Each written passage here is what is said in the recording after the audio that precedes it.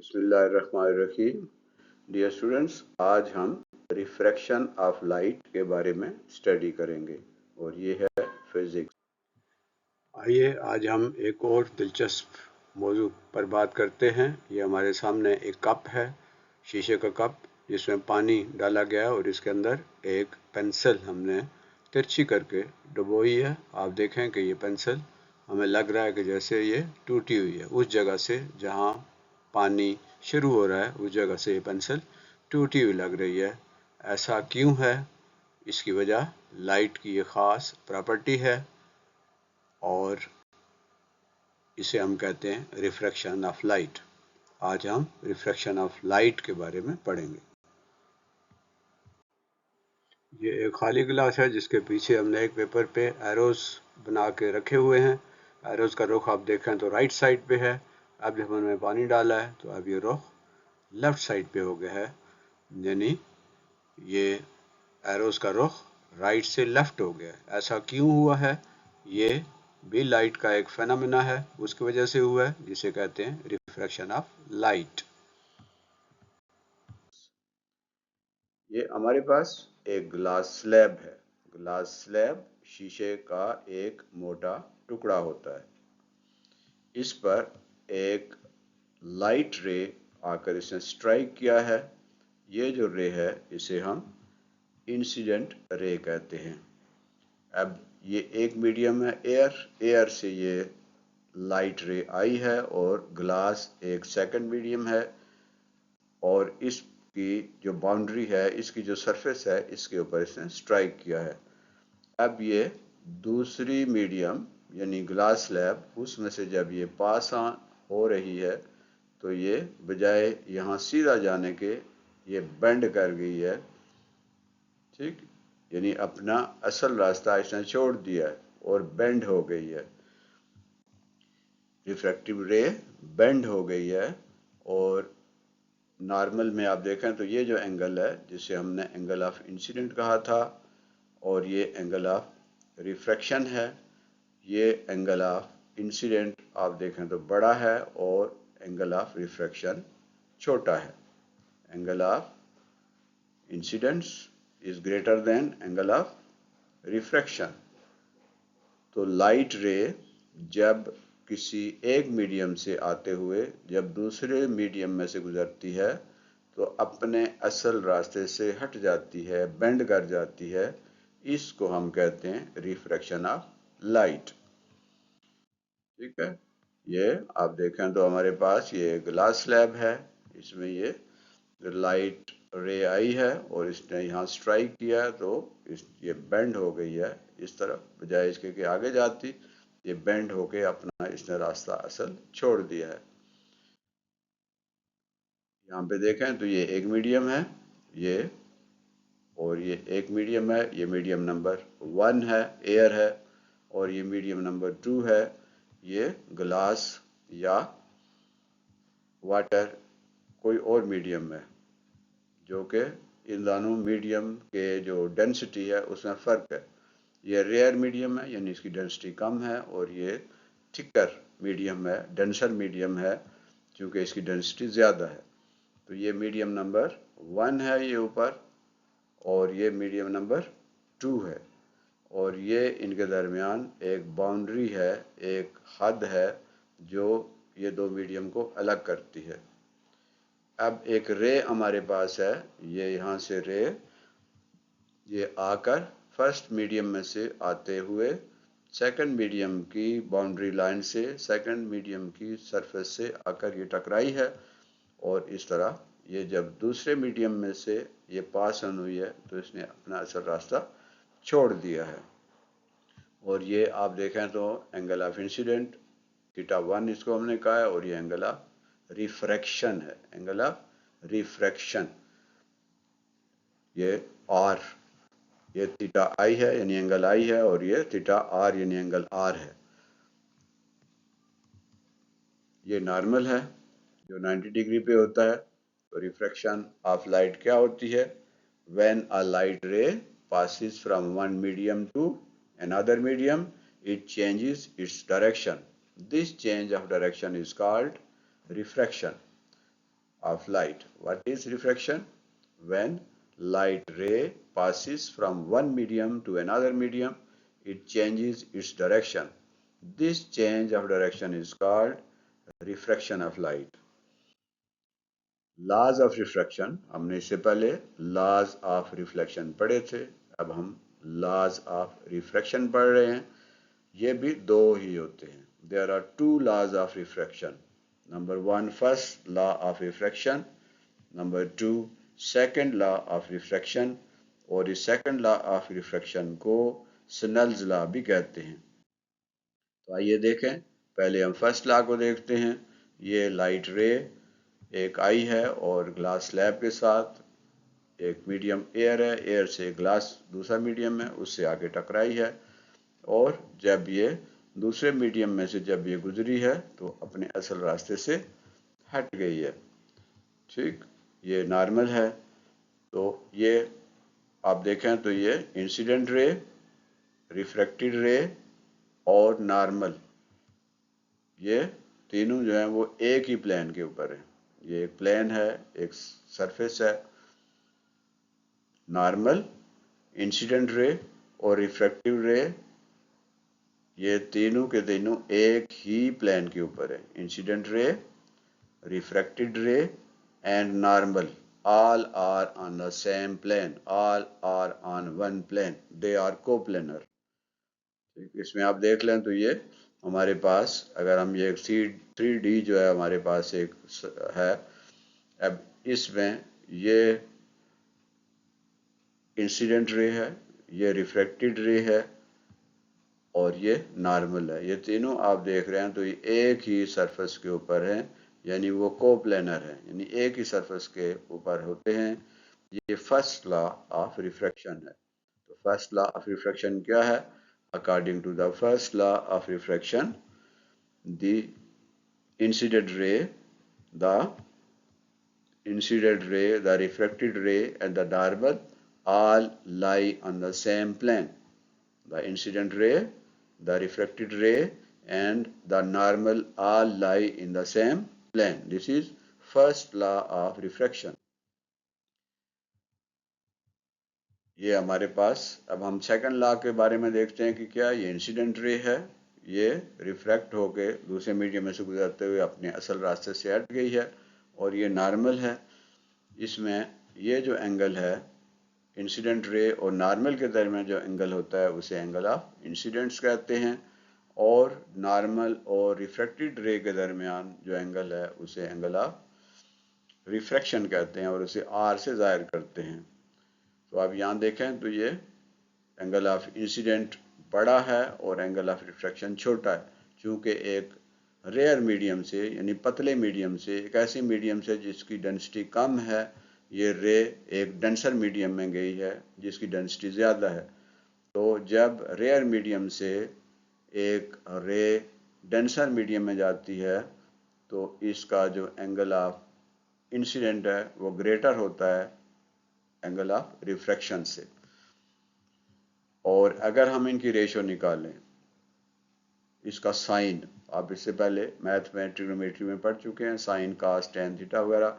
अगर हम इसके जो एंगल आई है, सपोज के ये 50 डिग्री है, इसका अगर हम साइन 50 डिग्री की वैल्यू निकालें और यहाँ पे सपोज के हमारे पास ये आर की वैल्यू 30 आई है और इसकी अगर हम वैल्यू निकालें, उसकी साइन की वैल्यू निकालें साइन 30 की और फिर उनको डिवाइड करें, यानी एंगल आई के साइन और एंगल आर के साइन की अगर हम रेशो निकाल लें तो वो रेशो कांस्टेंट रहेगी.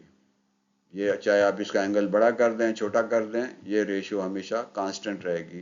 The ratio of the sine I and sine R is always constant. ये हमारे पास एक देखें कि ये इंसिडेंट रे है, ये आके स्ट्राइक की है और सेकंड मीडियम से गुजरी है. तो अब आप देखें इसका एंगल ये छोटा एंगल है और इसके मुकाबले में ये एंगल भी छोटा है.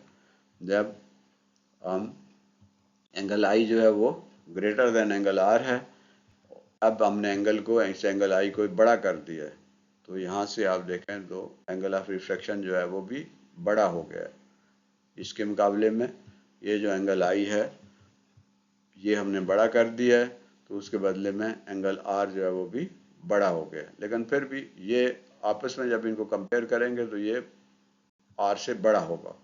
इसी तरह हमने इस एंगल आई को और बड़ा कर दिया है, तो एंगल आर भी और बड़ा हो जाएगा। तो इनकी रेशियो जब हम निकालेंगे तो ये रेशियो हमेशा कांस्टेंट आएगी, यानी आंसर एक ही आएगा। ये है सेकंड लॉ ऑफ रिफ्रैक्शन। ये हमें बताता है कि अगर हम एंगल आई और एंगल आर की रेशियो निकालें तो वो हमेशा कांस्टेंट होती है, और इसको एन से ज़ाहिर करते हैं, और ये वाला लॉ जो है इसे स्नेल्स लॉ भी कहते हैं। सेकंड लॉ क्या है? According to second law of refraction, the ratio of the sine of the angle of the incident, the ratio of the sine of the angle of incidence I to the sine of the angle of the refraction R remains constant for a specific pair of media. Medium की जमा media है, तो किसी एक pair of यानी air और glass है, इसकी अगर हम एंगल ऑफ इंसिडेंस का साइन और एंगल ऑफ रिफ्रैक्शन के साइन की रेशियो निकालें तो ये चाहे एंगल छोटा हो या बड़ा हो, यानी एंगल ऑफ इंसिडेंट और एंगल ऑफ आर छोटे हों बड़े हों, अब इनकी जो रेशियो है वो एक पेयर ऑफ मीडियम के लिए हमेशा कांस्टेंट रहती है, यानी साइन आई और sine R is equal to N, और ये वैल्यू हमेशा आंसर एक ही आता है। आई बढ़ जाएगा तो साथ आर भी बढ़ जाएगा, तो रेशियो फिर आंसर वही आएगा। आई जो है उसको कम कर देंगे तो आर भी उस हिसाब से कम हो जाएगा, तो आंसर फिर वही आएगा किसी एक मीडियम के लिए, यानी ग्लास जो है उसके लिए, और एयर और ग्लास के लिए अगर हम निकालें या एयर और वाटर के लिए निकालें तो ये हमेशा कांस्टेंट रहेगा, और इसको हम कहते हैं refractive index, the ratio of sine I and the ratio of sin r, the ratio of sin I, an angle of incidence, and the ratio of these two angles, यानी I का sign और R का sign, इनकी जब हम ratio निकालते हैं, इनको हम डिवाइड करते हैं, तो आंसर हमेशा कांस्टेंट रहता है।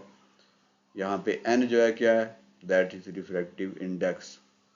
तो इसकी रेशियो को साइन I और साइन R की रेशियो को रिफ्रैक्टिव इंडेक्स कहते हैं, और किसी एक पेयर ऑफ मीडियम के लिए रिफ्रैक्टिव इंडेक्स हमेशा बराबर होता है, कांस्टेंट रहता है। Refractive index is a measure of amount of bending of a ray after entering from first medium to the second medium, यानी कितने एंगल पे, कितने अमाउंट पे वो बेंड होगी रे, ये जो रेशियो है इसको हम रिफ्रैक्टिव इंडेक्स कहते हैं। ये हर चीज़ जो है उसके लिए मुख्तलिफ होती है। पानी का रिफ्रैक्टिव इंडेक्स और होता है, ग्लास का रिफ्रैक्टिव इंडेक्स और है, एयर का रिफ्रैक्टिव इंडेक्स और है। तो हर चीज़ का जो रिफ्रैक्टिव इंडेक्स होता है वो कांस्टेंट होता है, यानी लाइट को वो एक जैसा बेंड करता है। और जब साइन आई और साइन आर की रेशियो निकालते हैं तो वो हमेशा कांस्टेंट होती है, एक कांस्टेंट वैल्यू आती है। ठीक है, ये आप देख लें तो यहाँ पे ये हमारे पास इंसिडेंट रे है और ये नॉर्मल है, तो ये एंगल ऑफ इंसिडेंट है, और ये हमारे पास नॉर्मल है, ये एंगल ऑफ ये रिफ्रैक्टिव रे है, यानी रिफ्लेक्टेड रे है इसके, और रिफ्लेक्टेड रे और नॉर्मल के दरमियान जो एंगल है वो एंगल ऑफ रिफ्रैक्शन है। तो ये एक तो बात आपने जो फर्स्ट लॉ में पढ़ी है कि ये इंसिडेंट रे, रिफ्रैक्टेड रे और नॉर्मल, ये तीनों एक ही प्लेन के ऊपर है, ये फर्स्ट लॉ है। और सेकंड लॉ क्या है कि रेशियो इसकी साइन आई की और साइन आर की जो रेशियो है दैट इज ऑलवेज कांस्टेंट, और इसे एन से जाहिर करते हैं और इसको स्नेल्स लॉ भी कहते हैं। अब ये रिफ्रैक्शन ऑफ लाइट क्यों होती है, किस वजह से होती है? थोड़ा सोचें कि रिफ्रैक्शन ऑफ लाइट क्यों होती है, क्यों जब एक मीडियम से लाइट दूसरे मीडियम में जाती है तो बेंड कर जाती है? तो students, refraction of light takes place due to the difference of speed of light in different mediums. Her medium में, हवा में जो वेलोसिटी होती है लाइट की वो डिफरेंट होती है ग्लास के मुकाबले में, और इसी तरह वाटर जो है उसमें डिफरेंट होगी। हर चीज़ के अंदर जो लाइट की जो स्पीड है उसमें फ़र्क होता है, और इस फ़र्क की वजह से लाइट बेंड कर जाती है, और रिफ्रैक्शन इसी वजह से होता है, due to the difference of speed of light in different mediums. Hey everyone, and welcome to The Explainer. Today, we're absolutely pointing our lens at one of the coolest, most fundamental mechanics of our physical world, the principles and laws of light refraction. I am so excited to unpack the hidden rules that are literally operating right beneath the surface of our everyday vision. Okay, let's dive into this. Here is our roadmap for today's microscopic zoom. First, we'll look at the bending of light. Second, we're mapping the first law. And finally, we'll be unpacking Snell's law. All right, part 1, the bending of light. This is to establish the foundational physical phenomenon of how light actually travels through our universe. So think about this for a second. What actually happens when a light ray passes from one medium to another? Like whether that boundary is air to water or water to glass, what exactly is going on right at that border? Well, it changes direction. That's the secret. The new environment pushes back, and the medium itself dictates a brand new path. The very millisecond that ray crosses the border, it bends. And that brings us to our formal definition. Refraction of light is simply that observable change of direction when a light ray passes from one medium into another. It successfully crosses the boundary, sure, but it takes a totally new path once it gets there. But here's the thing, you guys. This bending isn't random at all. Actually, there are exactly 2 unbreakable laws governing this behavior across the entire universe. Let's move to and see how this builds into section 2, mapping the first law. We're going to zoom right into the 3D space where refraction actually happens. Now, to really map the first law, we have to identify our 3 main physical actors. First up, the incidence ray. That's just the incoming light traveling through the initial material. Next, we have the refracted ray, which is the light after it's crossed the boundary and changed direction. And finally, the normal. The normal is just an imaginary line drawn perfectly straight up and down, completely perpendicular to the boundary right at the exact spot the light hits. And here is the absolute crux of the first law. All 3 of those specific elements lie on the exact same plane. Imagine sliding a perfectly flat piece of paper straight through a 3D space. The incoming ray, the outgoing ray, and that straight up and down normal line would all be drawn perfectly flat on that single sheet. They aren't popping out at you or twisting off into the depth of the room. They stay perfectly aligned on one flat, 2-dimensional surface. It's so incredibly tidy. Moving right along to section 3, unpacking Snell's law. We're stepping away from the physical geometry of the first law now and getting into the mathematical engine behind the second law. Now, what's really interesting about this is how we need to cleanly separate and compare 2 very specific angles. The angle of incidence, which we call I, versus the angle of refraction, which we label R. The angle of incidence is simply the gap between the incoming ray and that imaginary normal line. The angle of refraction, that's the gap between the outgoing bent ray and that exact same normal line. We are literally just comparing the angle going in directly to the angle coming out. And the second law dictates that we take a ratio of these 2. We take the sine of the angle of incidence, our I, and we compare it as a fraction to the sine of the angle of refraction, our R. So the crucial point is this: that specific mathematical ratio never changes as long as the 2 materials stay the same. Think about it. You could change your incoming angle 100 times. You can shine a light steeply or shine it at a super shallow angle. The outgoing angle is going to adapt and change too. But if you do the math and calculate the ratio of those sines, it's going to be exactly the same number every single time. The specific pair of media completely dictates the rule. Sine I over sine R equals N. It really is a beautiful formula. That N is our constant. It's this incredibly predictable, strict mathematical value dictated purely by whatever 2 materials that light is traveling through. It's like a universal hidden code. And this brilliantly illustrates Snell's law. That beautiful little equation is the formal, recognized name for the second law of refraction. Honestly, it's wild to think that whenever you see an image distorting through a glass of water, that light is just perfectly, instantly obeying this precise mathematical equation. So, I'll leave you with this. If a simple, everyday beam of light perfectly obeys a hidden mathematical constant, what other invisible rules are governing the world right in front of us? Keep questioning, keep learning, and I'll catch you in the next explainer.